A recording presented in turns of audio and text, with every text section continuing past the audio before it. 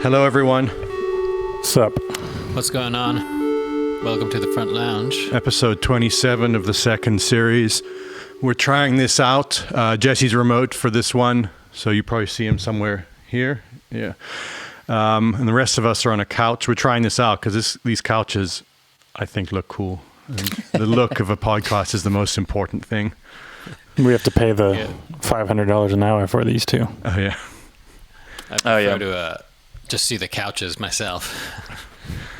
Well, I do kind of have an idea of whenever we have guests on, like Danny and I will sit, there's another yellow chair like this on the other side. Just make our guests lie down. We'll do a therapy session with them. Get to the bottom of things. We're getting less and less virtual as time goes on. Yeah. Now there's just one virtual person. Well, maybe there's three and Jesse's the real one. I don't know. Well, I thought about this the other day in relation to coffee, because we went out and we met up with Garen, who is our old monitor engineer. He's out with Death Cab for Cutie right now. So we went and got coffee with him at a coffee shop in Austin. And it was the first time in probably 2 years that I've gotten an espresso in an espresso cup, not in a little throwaway cup. And it's so much nicer, the real world of coffee, as opposed to little paper cups. You know, they went off it during pandemic, and a lot of people seem to stick to that, even for, orders that are for here. Yeah. It was nice. Who was that guy? Jake Flores, or one of Max's friend, Jake Flores, just posted a picture of he's at AMC and he had this huge, big gulp of soda in a plastic cup with a paper straw in it. It was just saying, nice paper straw inside my massive plastic cup. These were on mega sale. We got some Le Creuset coffee cups, and I don't drink out of anything else now. You know, that's one of those sort of quote luxury brands, for cooking stuff that I think is worth the money. On certain things, on everything else, you can just get the knockoffs are almost as good. Like Lodge, they make the glazed cast iron. It's Lodge the same. Isn't really a knockoff. That's a legitimate. I mean, they weren't doing the glazed cast iron originally. That was the ceramic covered cast iron. Yeah. What you said? Someone posted some of the ceramic ones that are off brand. That it's very thin, and it just the coating just chips off super quick. Speaking of cooking and food items, you posted we all got together at our parents' house yesterday and made pizzas, because they've got one of those propane powered little wood ovens. You can put wood in it also, and it's fucking awesome. And Danny posted a video of that, and what did the guy say? Well, I just saw this guy. He said, "What about cooking new radio hits again?" First of all, that's offensive, because we would like to do that. And secondly, you do it first, fucker. And thirdly, you go make one. You can't eat a radio hit. Yeah. What is a radio hit these days anyway? Some people must still listen to the radio stations, but I remember even on 1929 when we did a radio campaign, which was 2019 or something like that, it was fucking dead. It was not the same as it was. You could just feel it. All the program directors, everybody's like, yeah, we're struggling here. It was so quid pro quo-y. I started following this. Yeah, I started following this music business book writer. I forget what it's called. He's pretty interesting on TikTok. Basically, tips for the music business, and they're legitimate tips, and it gives you a real good understanding of how mechanicals work and where you're missing royalties and all that. And he was talking about the way record deals are being done now because of TikTok. You've basically just got an entire department at the record labels sitting, watching TikTok, waiting for the next song that goes viral. They pounce in. And he says one thing that has improved with the label deals is they used to do that. I mean, he's talking about a year ago, where they see it go and they pounce in, give you a $500,000 million advance, same deal, 85% they keep, they own it forever. And apparently that's starting to switch a lot more to licensing 50-50 splits, because obviously these people that have a TikTok hit realize what the fuck do I need you for? This is what you're trying to do, is have a TikTok viral hit. And that guy Bad Bunny? He owns his masters, I think. And he's selling out stadiums in parts of the world. Yeah, I think it's starting to happen a lot more. which is a good thing. Obviously, I think the gatekeepers have shifted, because still, to have something go viral on TikTok, it does feel like it could just spark, but it's still money. It's obviously a leverage thing, because TikTok doesn't want to pay per view; they pay per use. So if you have a song that's, it's not going to happen this way, obviously, but if you had a song that was used in one video that got 1 billion views, you'd get one payment. It's all the same. So if you have a song that's used in 1 million videos that have 1 view each. Yeah. Well, he was talking about the royalty payout models that most streaming services and most social media sites are using now, basically still fucked. Right. But SoundCloud did switch to what's called user. I forget what it was. They don't do the black box. Typically on Spotify, they take total amount of streams, what you got streamed, but then it goes into a black box. So say 10 people listen to your stream. You don't actually get paid necessarily for 10 streams of your song. It all gets thrown in the pool and then divvied up based on the total amount of streams, as opposed to the way SoundCloud is doing it. And apparently Warner Music has partnered with them on this. Oh, it's an absolute relationship. Absolute relation to the streams you get are directly related to the earnings you get. Because what ends up happening is the weighted model that Spotify and it favors, like Drake and other brilliant artists like that, Yeah. But it's still based on total revenue, right? Or I don't, because I think unless the SoundCloud is like paying out of pocket or having some other source of revenue, like there's no way to have a fixed rate unless the funding is coming from somewhere else. If it's derived from unless the fixed rate is underneath, they just adjust it periodically. They probably still end up with some black box royalty. I think the point they were making is that it's not as weighted heavily in favor of, like it's basically like what they used to do in high school, like a bell curve sort of thing. Like the big artists are taking more than their fair share, kind of like life. What is 85% of zero though? It's a lot more than 65% of zero. Jesse, will you monitor comments for us? Because with this new setup, I've got a screen here, but I couldn't get my keyboard to reach, so I can't really do much to see if there's anything going on. I had Twitch open on my other computer, and the fan was just going berserk for some reason. So if you hear that noise, I guess whatever, that noise is fine. It's probably because the fans on Twitch were going berserk. Yeah. Well, so one or two things I actually, just to get out of the business out of the way, some of you may have known that we've relaunched the merch store. We're still working on it, getting some kinks figured out and adding new products as we go. But it's most of the merch now that we're doing is via a service called Printful, where they fulfill on demand, basically. So we're not having to buy 100 t-shirts and hope that we can sell 100 t-shirts. They print it as you buy it. And one of the other cool things about that is that they have fulfillment centers around the world. I believe Latvia, Spain, I think UK, and then a couple around America. So it should theoretically make buying some of our merch, which is the stuff that we aren't fulfilling ourselves, which is vinyl and CDs. We still have all that stuff. The other stuff should get to you guys quicker and should be like a more seamless procedure, because sending stuff from here to foreign countries is difficult. So what are we doing with all these? Well, the vinyls are the t-shirts that we the t-shirts.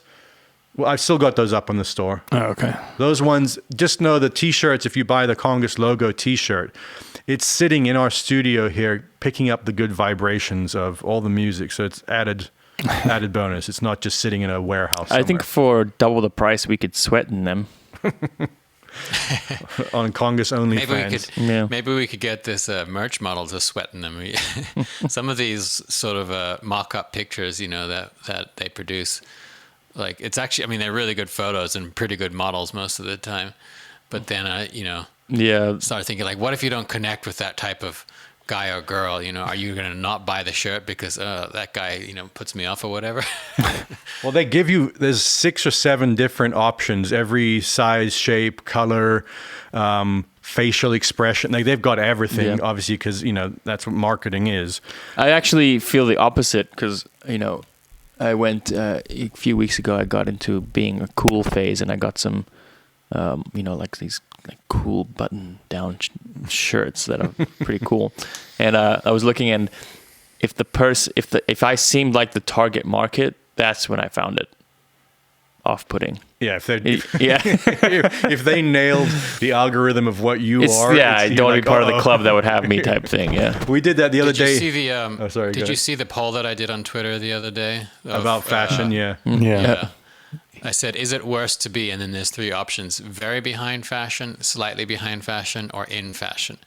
And it was kind of a serious question because I was thinking about it and I was like, what's worse? Like trying really hard to be in fashion and being in style, or trying really hard and then you're just like slightly behind. You know, that's almost worse than being all the way behind, because at least if you're all the way behind, you're like failing properly or you just don't care. But if you're trying and you're just missing it by that much, I can't tell actually what's worse. The thing is though that the trailing decade of where it's cool now to be retro has gotten a lot smaller, I feel like, because it used to be, you know, in the 90s the people were into 50s or 60s stuff, but now people are doing 2000s and like 2010s as retro because things are moving speeding so up, fast. Yeah. The Romans probably thought it was cool to like ironically dress as Greeks. But the response to that poll was pretty surprising. Like the amount of people that were like, yeah, you want to be in fashion. No, it's worse. I said it's worse. So I think people were saying it's worse to be in fashion. Okay. So that's how. No, you said, would you rather be? No, I said, is it it's worse to be? Oh, okay. Then that's a little better. If people read it the same way, and then either we've got a bunch of people who are above fashion and don't care, or it's like in fashion to say you don't care about fashion. I think fashion's inescapable. Yeah. It's like, as much as you want to not care. It's like our dad, you know, he went through all the fashion stuff in the 50s, 60s, 70s, like everything, green shoes, permed his hair, you know. And then now he just wears he's like, I won't wear it unless it's black. If it's got like one little bit of color on those shoes, I'm not buying them, you know. And he likes to state that he's above fashion, but we always, you know, give him trouble. It's like, well, you care about it enough to like want only black, so then you do still care about fashion. The best commentary ever on fashion still is Bruno, the Sacha Baron Cohen character. Saves more lives than doctors. Yeah, fashion saves more lives than doctors. Depending on the historical period, that's true. Yeah. This is a good segue into this guy that I started following. I have an Instagram account where I just follow, I guess it's cringe is the word, like just cringe people, because it's like a car accident. You can't not look at it. And I came across this guy. I believe his handle is AP Wasi Wine. So he's it's the best. APWASIWINE, AP Wasi Wine. And he teaches etiquette classes specifically geared towards business meetings and wine tastings. I think he's a wine, I don't know if he's a sommelier, but he's a wine enthusiast. The luxuries of life. Yeah. And it's very geared, I think, towards like Singapore. I think he's out of Singapore. Something like that, yeah. So I totally get that cultures are different. Everyone's got their weird little idiosyncrasies of, you know, don't do this, do this. You know, in England, they can't serve good food. It's against their etiquette to do that. But it's an ad, by the way. We're on an ad. I accidentally clicked off my screen too. But I'm back now. So give this guy a follow because it's fascinating. Danny has started commenting on it, and that's one of the funniest things now is it's double layered. I get to watch this guy's amazing videos and Danny's comments on them. I like the task of commenting on that guy's stuff because I find it very hard to be funnier than him. He's so funny. But he's not intentionally being funny, just to be clear. No. He's also, I think he's slightly self-aware, you know. I don't know either. He's one of those ones where I think he might not be. It's hard to. It is hard to tell. I don't know why etiquette stuff I find to be one of the most annoying things in the world. Like I hate the British etiquette. This guy, it's funny to watch, and Danny's comments are really funny. But it's one of the most annoying things talking about like these little minutiaes of etiquette that are just so irrelevant. Where did it came from a French court, right? Like, I mean, there's always been etiquette and there's always been customs, but I think modern etiquette came from a French king's court. They were all, you know, they all the bloody fucking royalty and all those aristocrats were disgusting. And so he started implementing certain etiquettes, like not like farting at the dinner table, that kind of stuff. Well, yeah, I think there's two aspects certain things to make it. Sense. Is that one? It's on the negative side of what etiquette does is it's trying to hide what you actually are, which is a filthy animal. Yeah. On the other side, it's trying to, I think, uplift the filthy animal. You know, like if everyone just came to the table and pissed and shit everywhere and grabbed food and threw it around, you'd say, well, we need some kind of rules. Yeah, but most of it has a basis, like most of the stuff that makes sense has a basis in hygiene or cleanliness or this and that. Once it gets too far beyond that, it's basically a classist thing. It's like, you can't put the fourth spoon that far away from the plate. That's what that Ape Pussy Wine guy, this thing about never show the soles of your shoes to once, and he says, and you unbutton one button and then you cross your legs, but you never, he points his foot down like that. You never show the soles of your shoes. And I was just Sharon Stone gave the same. What about wearing socks with holes on a podcast? Is that acceptable? I feel like we talked about this before, but I have a theory that British TV, you know how like there's just an endless amount of period dramas that involve some sort of classism, you know, and it's like they all want to say the same message, which is we're all the same, you know, upstairs, downstairs, we're all the same, but we're not really, you know, the upstairs is still the upstairs and the downstairs is still the downstairs. It's like they want it both ways. They want to pat themselves on the back for getting above classism at the same time as like upholding their classism. Yeah. I don't think anyone does classism as well, you know, / badly or horribly as the English. Yeah. Also, it's mind-blowing how many people love those shows. Like everyone loves them, and it shows you how much people want to be classist. I thought they want to be in the upper class. Well, I mean, everyone wants to be rich and everyone wants to be all that, but like they want this distinction. They want this very obvious, like superficial distinction. It's a bit like a war movie. You know how 90% of war movies glorify war. Right. They glorify the upper crust. Whereas I thought Parasite was a much kind of more unique take on class. You can tell with the music too. It's deep propaganda, and I don't even know that it's self-aware propaganda or if it's just part of the rhythm of, you know, filmmaking in England. Because like there's really good English TV shows and films. Don't get me wrong, but there is like a stream of this. You know, and the music kind of really quantifies it. When somebody from the upper class lowers themselves to help somebody from the lower class, or, you know, whatever, put themselves on the same level, the music comes in and it's a beautiful orchestra. And it's like this glorification, like you said, of a moment of a upper class person lowering themselves just for a minute, you know, and then back to the party. Yeah, they somehow they always make the upper class the martyr and the hero and the victim. It's like, yeah, I think you nailed it. I mean, there was a period in the 90s when Dangerous Minds. It was the, you know, really hot white teacher going into the inner city to save everyone. It was like, they made like 100 of those movies. Who threw that? On the flip side, I've been watching a really good show, a British show called Breeders. Have you guys started that yet? Or? No, I started the first one. I mean, it's very geared towards parents, so I like it. But it's funny in itself, but it's definitely parent driven. It starts off that for sure, and I think you probably will, like, I don't know, get a little more out of it if you are a parent. But at the same time, it's one of those shows that just like gradually gets better and better across the whole thing, like gets richer, you know. And what's his name, Martin Freeman, all the people in it are so good, and it gets a little deeper, so you should stick with it.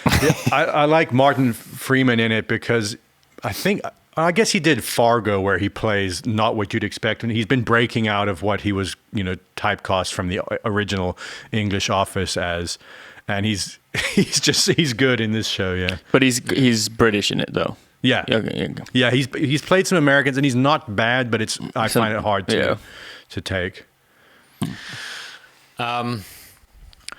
What else did we need to cover today? Because we got the songs that we were going to go through, but I wanted to talk about something briefly last week that we didn't get to, and I'm probably going to bore some of you and bore the rest of you as well. But the idea, the concept of the network state, did we talk about that before? We may have talked. We have talked about it. Oh, okay. Yeah, I don't think online. Let me pull up a visual, and we won't stay on it too long. But I think this is super interesting. There's a guy called Balaji Srinivasan who's a sort of tech, guy, investor, rich guy, but he's also a real thinker, and he's kind of called the future pretty accurately over time. Like, you go look back at his statements 5 or 10 years ago, and a lot of it has panned out.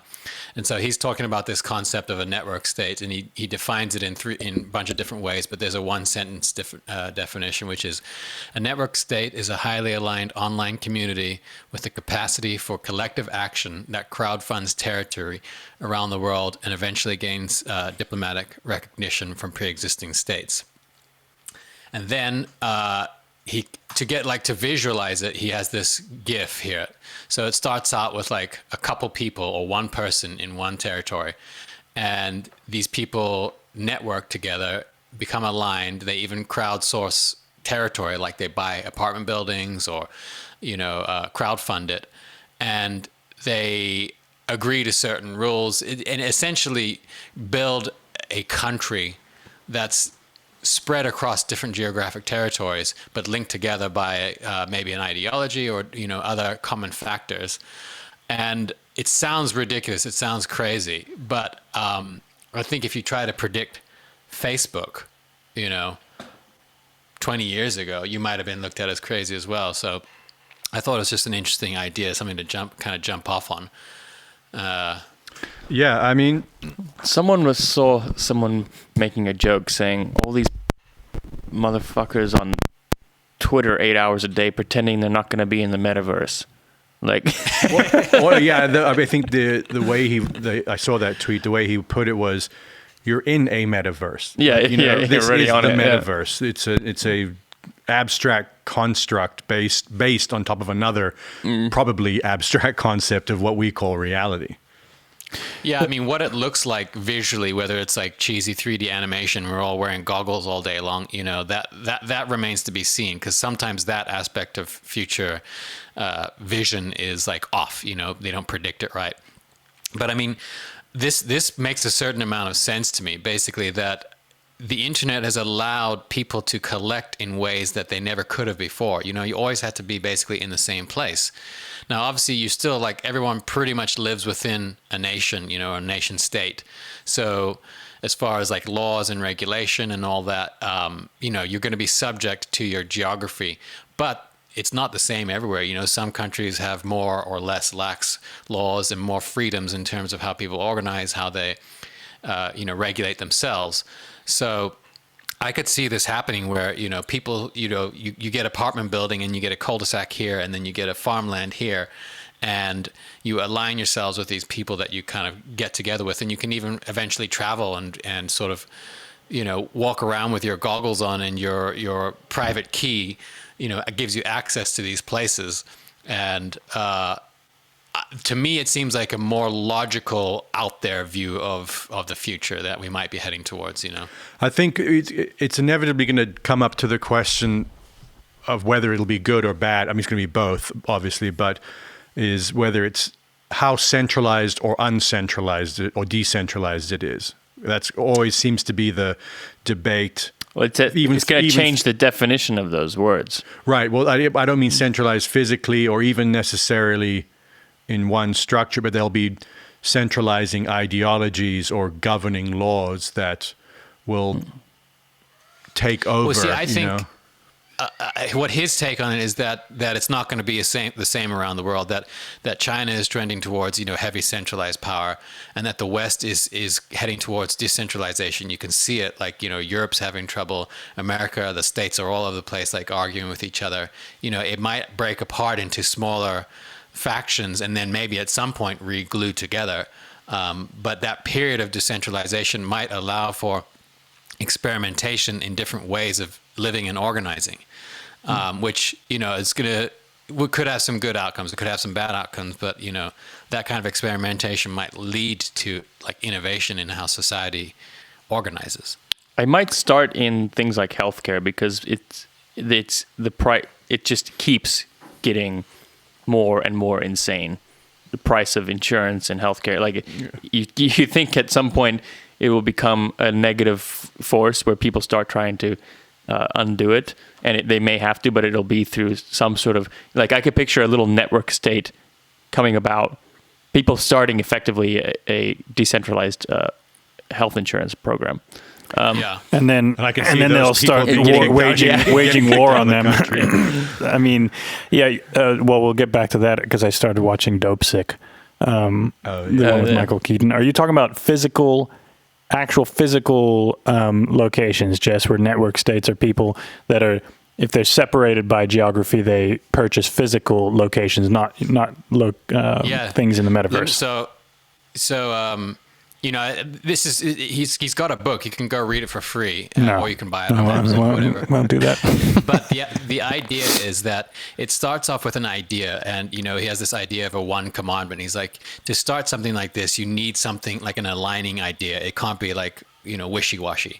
And so, like, forget about 10 commandments and just try and come up with one thing that is a strong enough idea to gather people around, And so he brings up some funny examples like keto kosher, like you care about, diet so much that you're going to get people together and you're going to start crowdfunding territory around the world. Maybe you buy a couple apartments, or maybe you buy a piece of land, and you fund it in the cloud.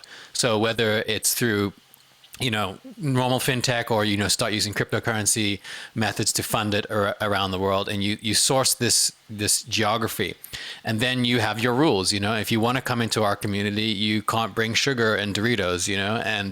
And it's like a strong enough idea. Now, obviously, that might not grow to the size of an actual state, like a nation state, but it might get big enough. And you might have multiple memberships. The opposite might be of this. In order to enter, you have to bring Doritos. I think it's going to be based on structures which already exist. It's not so that the CrossFit people, they are highly organized, and that guy who started that is very ideological. So I could picture basically all of those. They're not multi-level marketing schemes, but those things, it already exists in the form of these kind of, like, gyms are the perfect model for that, where you buy into this ideology, and it's effectively a little government that you're buying into. Burb says, isn't that a homeowners association? And essentially, yes. It's just the thing plus with the internet. Homeowners association is that it's limited in how it can scale. And this potentially, because of the internet, could scale globally. And this exclusively horrible. Like this could be for something good. Hey, listen, knock wood. My house here is in a homeowners association, and it's pretty chill. But don't you pay it's like $30 a year. They negotiate some lower trash collection rates, and then they don't seem to enforce any of the little, like, it's not like some of these ones. It's particularly here in Austin and Texas. There are some fucking insane ones. They're like, you have to have 75% of your house or garden has to be lawn of Bermuda type, not Augustine grass. And it's like insane. It's so. Herb is on the. He keeps saying it sounds like a HOA, and yes, what is an HOA? It's essentially a governmental structure that you opt into. So now take that to the nth degree. You're going to opt into this thing that doesn't just govern the rules of your apartment or how you keep your lawn. It could have voting. It could have all kinds of other, basically. Democratic features in it. Our Discord community is a one aspect of it, because I think what Jesse's talking about and what this network stake idea pulls. I want to have like a one-on-one conversation. He keeps commenting. I want to have a one-on-one conversation with Burb at some point, because he's like the ultimate naysayer. Everything is, that's a union, that's an HOA.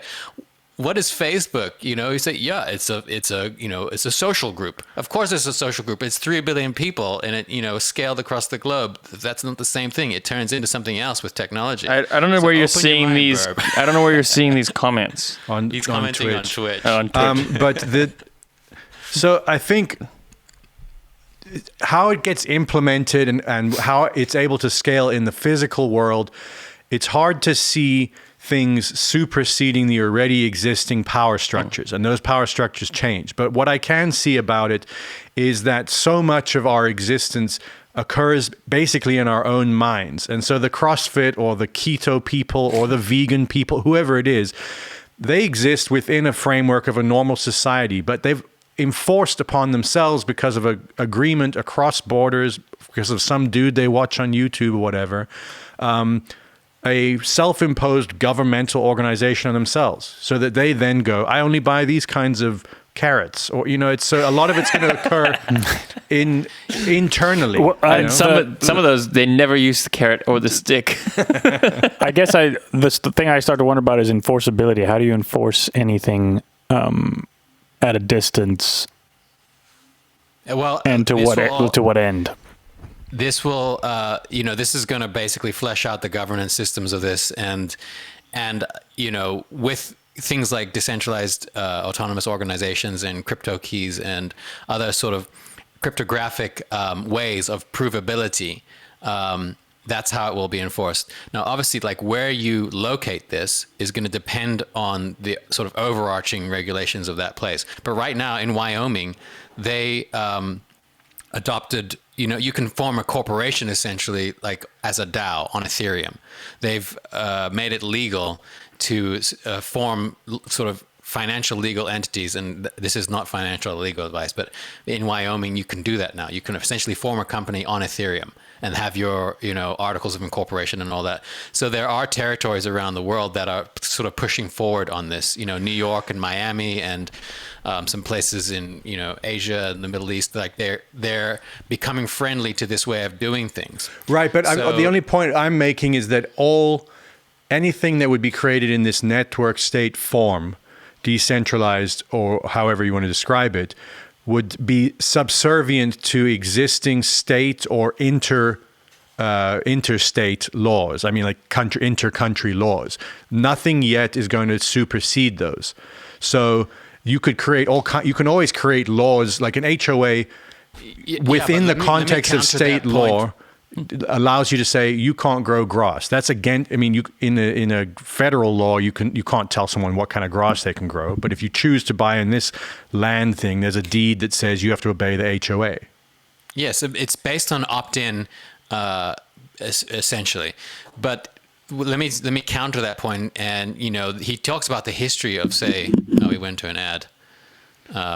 He talks about the history of Europe and how Europe was not always like giant countries like Italy and France and whatever else. It was tiny principalities and states, and they all had their own sovereignty. And, India was not India. India was hundreds of different principalities. Yeah, look, I'm not disagreeing with the network. It's all I'm saying is I cannot see something not being subservient to, quote, real world power, however that manifests, whether it's guns and bombs, or whether the new real world power is who's got the best quantum computers or whatever.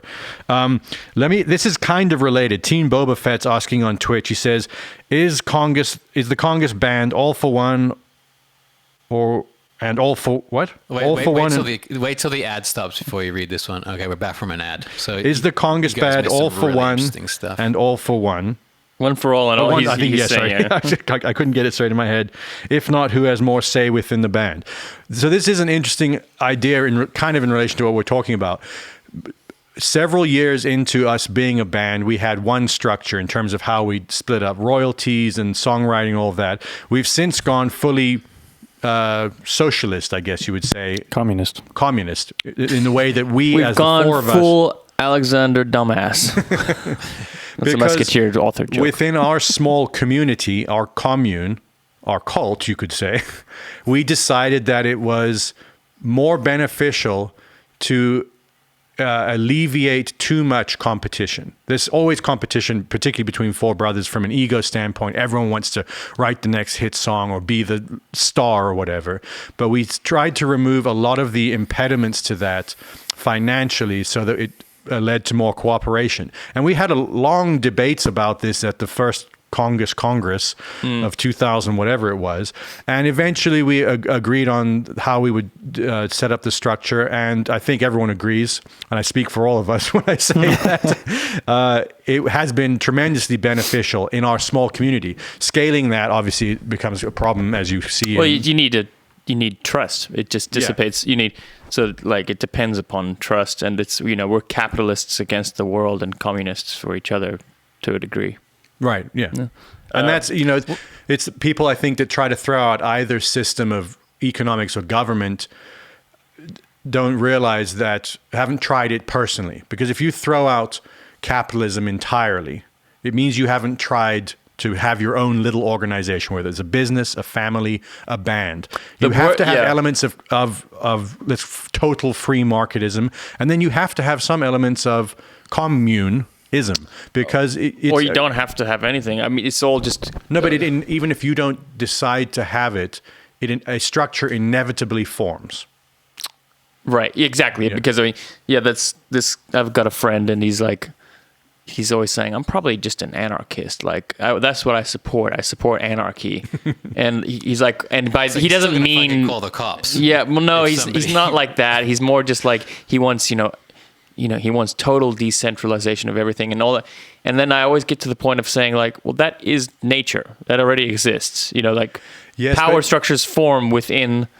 There are no rules out there. You do whatever you want. But there's an interesting psychological aspect to the idea of anarchy and or chaos, which I know they're not the same thing in terms of the way it's talked about as a political idea, anarchy, is that it is actually built into our reality as subjective beings to have hierarchy. Because if you have no meaning that stands above any other meaning in your life, then you have true chaos. I think when people describe themselves that way, what they're picturing is like this kind of, they're picturing effectively some sort of merit-based system, but what they're missing is that depends upon a largely shared consciousness on these ideas. Right. So there is, for anarchy or whatever, however the fuck you want to define that shit, to exist, you would have to have a huge portion of the population, the vast majority, agreeing on certain principles. Outside of anarchy, whatever. And it's, in a sense, that's where I think certain ancient cultures arrived at that, but they still had a governing...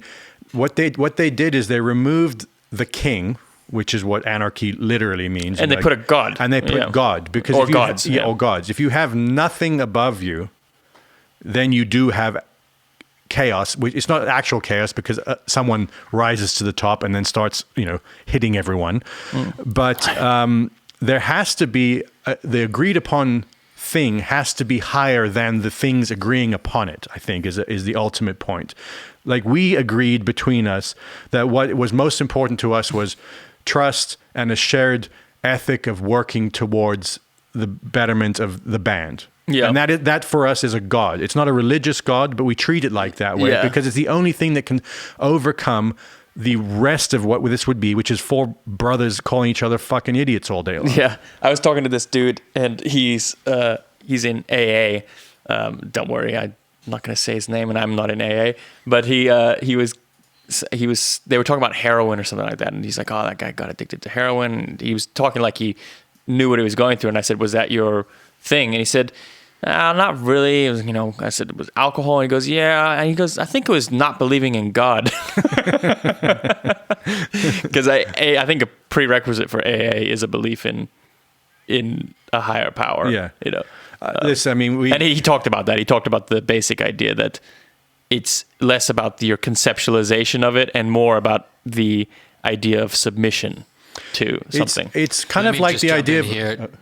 I got a hard out in 3 minutes. I have an appointment to get to. Just letting you know in case I duck out. Why don't you guys still go? Okay. I forgot what I was going to say because my brain wasn't hierarchically organized. But AA does, I believe, have it's a belief in God or at least some higher organizing principle. And it's funny to me that people argue against that because it's actually the basis of science. There's a higher organizing principle of science. The scientific method is their God. There are all different thoughts on that. I like the way our uncle, Corey, we were talking about this idea. And he had some kind of computer program type mentality language about something being according to your precepts. So he was always thinking in terms of, well, a hierarchy according to what? A conceptualization that you're creating as a hierarchy, or truth according to your definition. So that it depends upon your preconceived outlook. that you're now looking for some sort of thing to resonate with that. Yes, but nevertheless, if you declared yourself 1000% atheist, I don't. It's like a shark moving forward. That analogy, like if you have nothing above you, in some sense, it doesn't have. People can drop any religious associations with that. If you don't have your own, it can be entirely subjective sense of direction. Let's call it even. Then there can be no movement. It's like mathematically impossible to have movement without direction. I think I don't know if it needs to be conceptualized at all. I believe that there is something above me, but I don't believe that language has much meaning. Even, it's just a feeling, and that's the words that we use to describe it.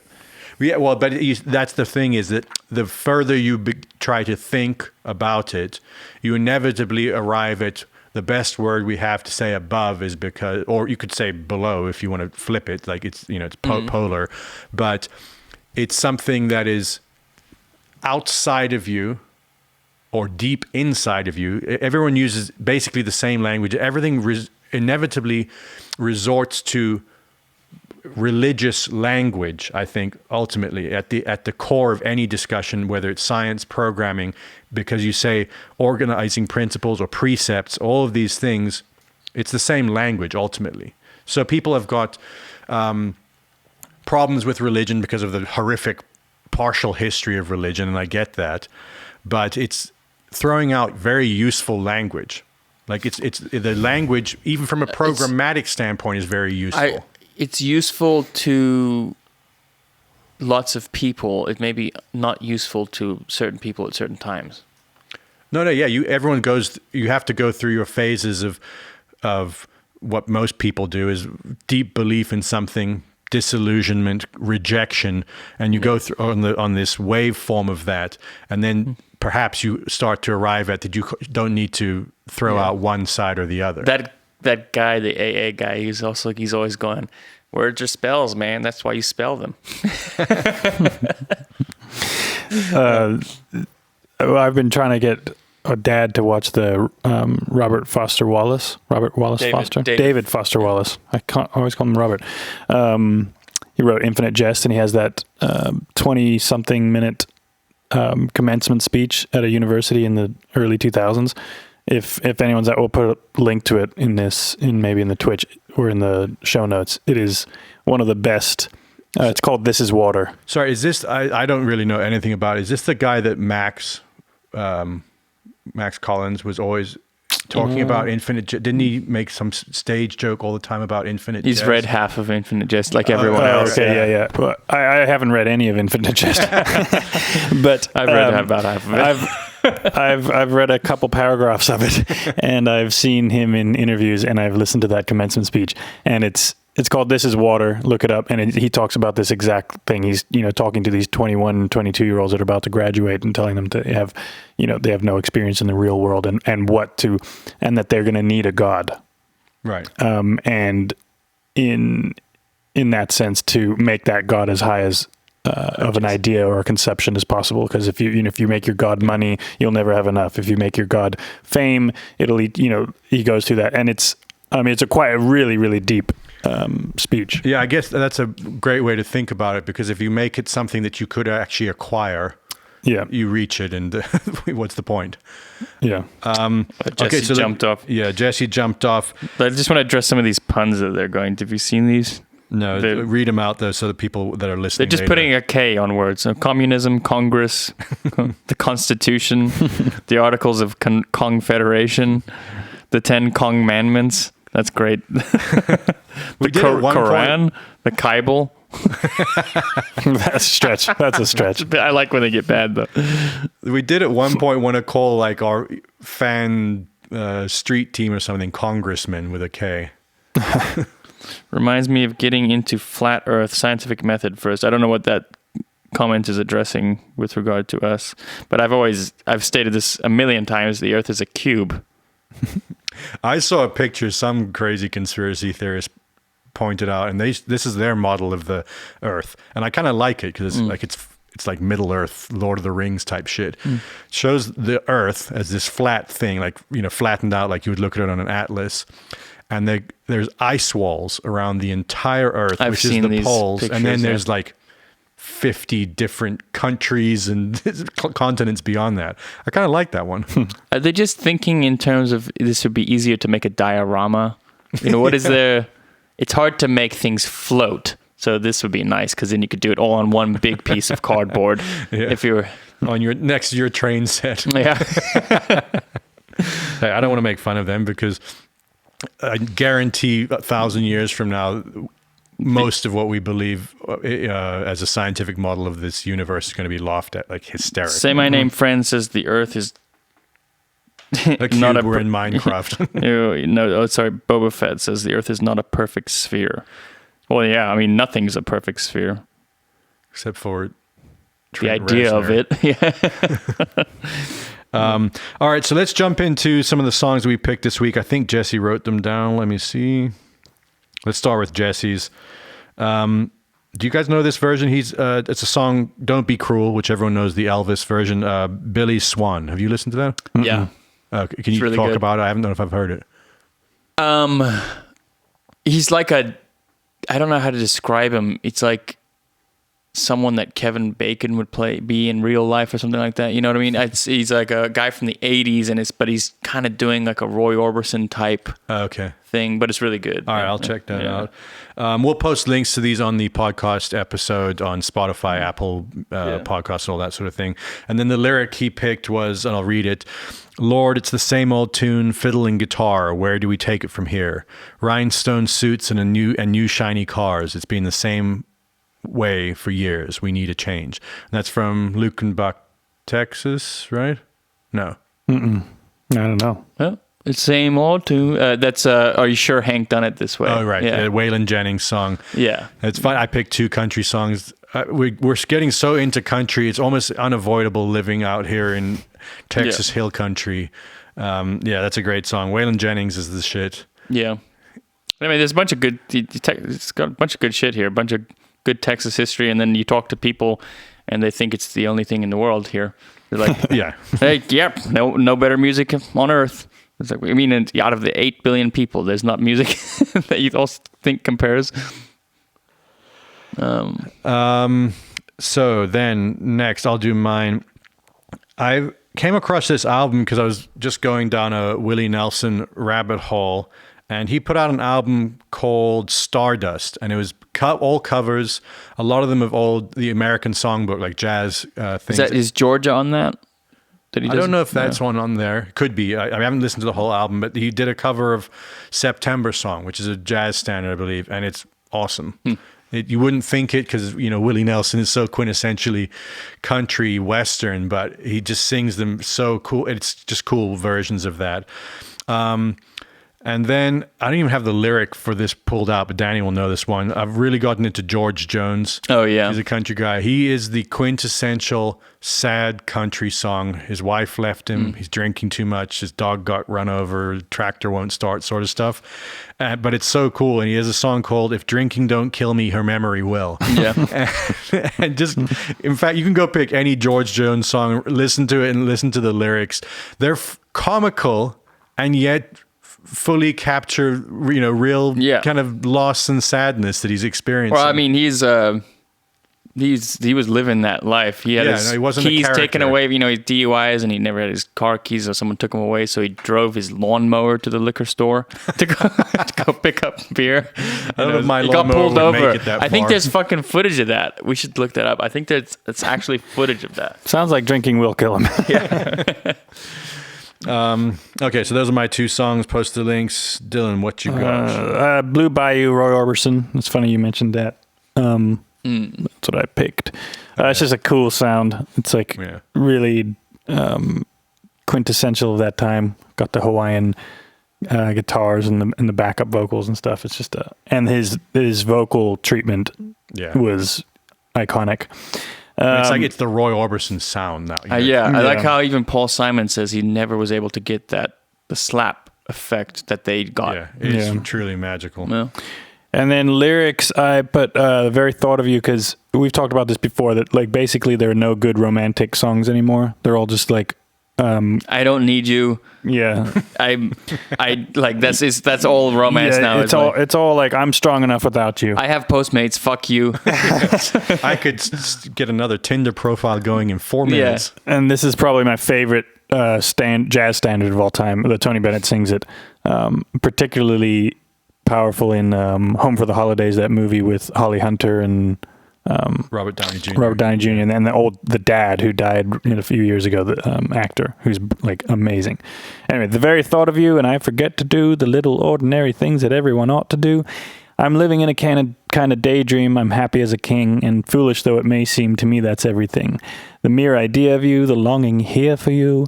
You'll never know how slow the moments go till I'm near to you. I see your face in every flower, your eyes and stars above. It's just the thought of you, the very thought of you, my love.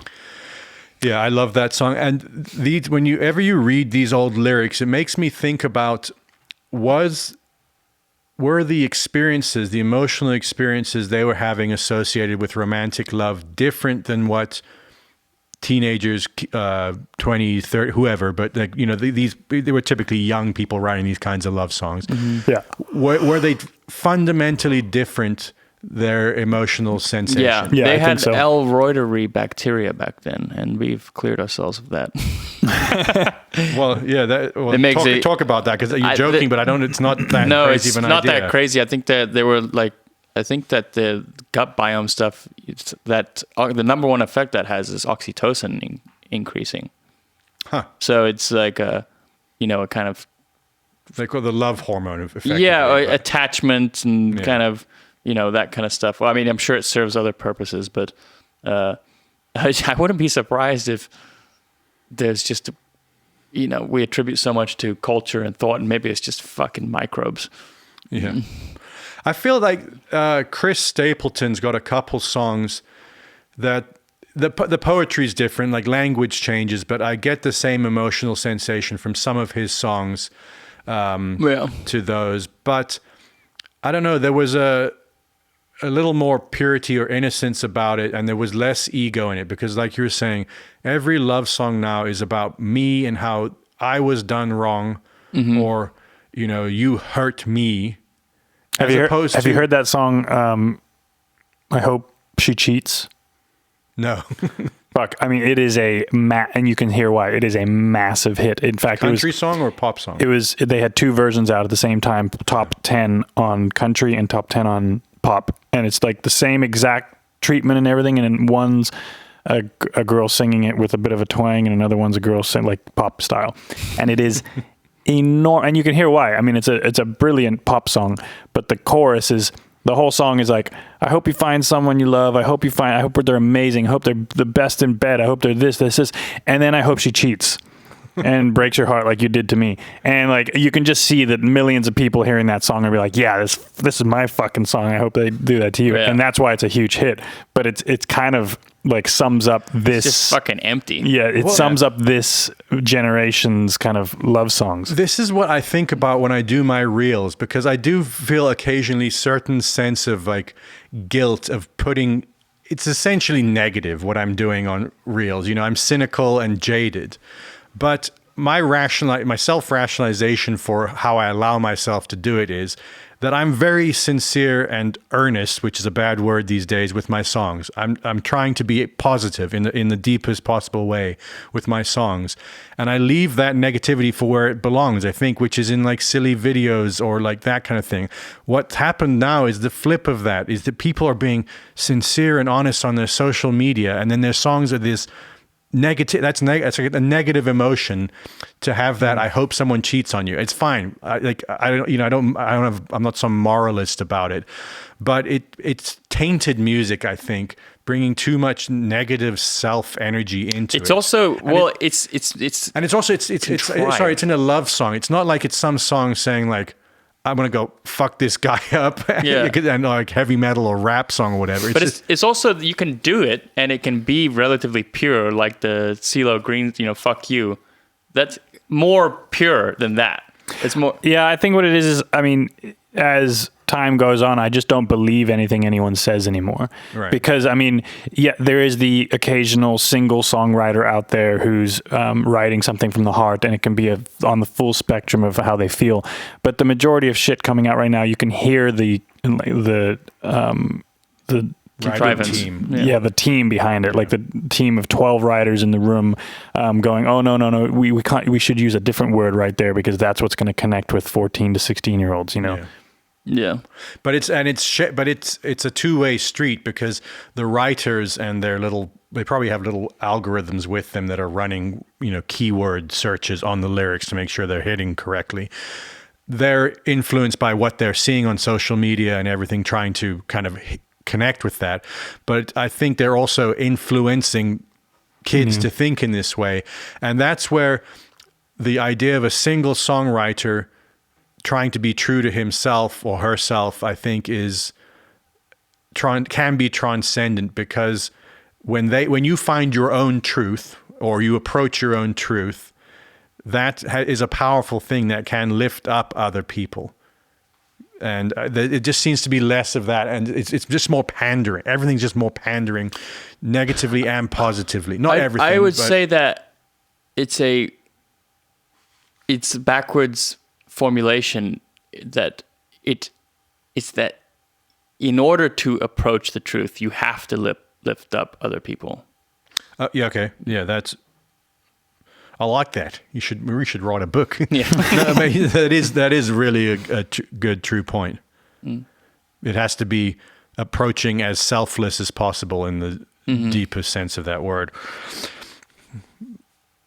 You fucking idiot. Solve that problem. All right, guys. We didn't do my song. Luckily, there's no lyrics. It just says "We do what we're told" over and over and over again. It's Peter Gabriel. It's a cool track. Cool. And if you try to add, he adds like a little verse at the end that says like "one war, one dream." I don't know, but basically, it's if you try to make it more words than that, it wouldn't have a kind of mysterious effect. So he just keeps repeating, "We do what we're told." Check out that track. Yeah. All right, guys, that's the podcast for this week. Next week, Friday, we have a new song coming out called "Turn This Round." This is a Jesse song. I don't think anyone's heard it. In terms of, we haven't done any previews on the streams. We will do a preview next week, Monday, the week before. And then that Friday, obviously, song, lyric, video, all that stuff will come out. Subscribe here on Twitch if you want to get the ad-free version. Watch the archives. We are also putting this up on Spotify, Apple Podcasts, and all that. And the Spotify version is the video thing. So if you miss it, you can always go watch it there. So we do appreciate people that are supporting us on Twitch, because, to tell you the truth, is not offering you much right now other than the ad-free version. But we appreciate that nonetheless. We will see you guys next week. And now I'm going to turn slowly towards my computer screen and stop the stream. Up. See ya. I just wanted to get Willow to say. There we go. Bye. Oh, hi, Willow. Watch our views just go up by the thousands now. What do you want to say?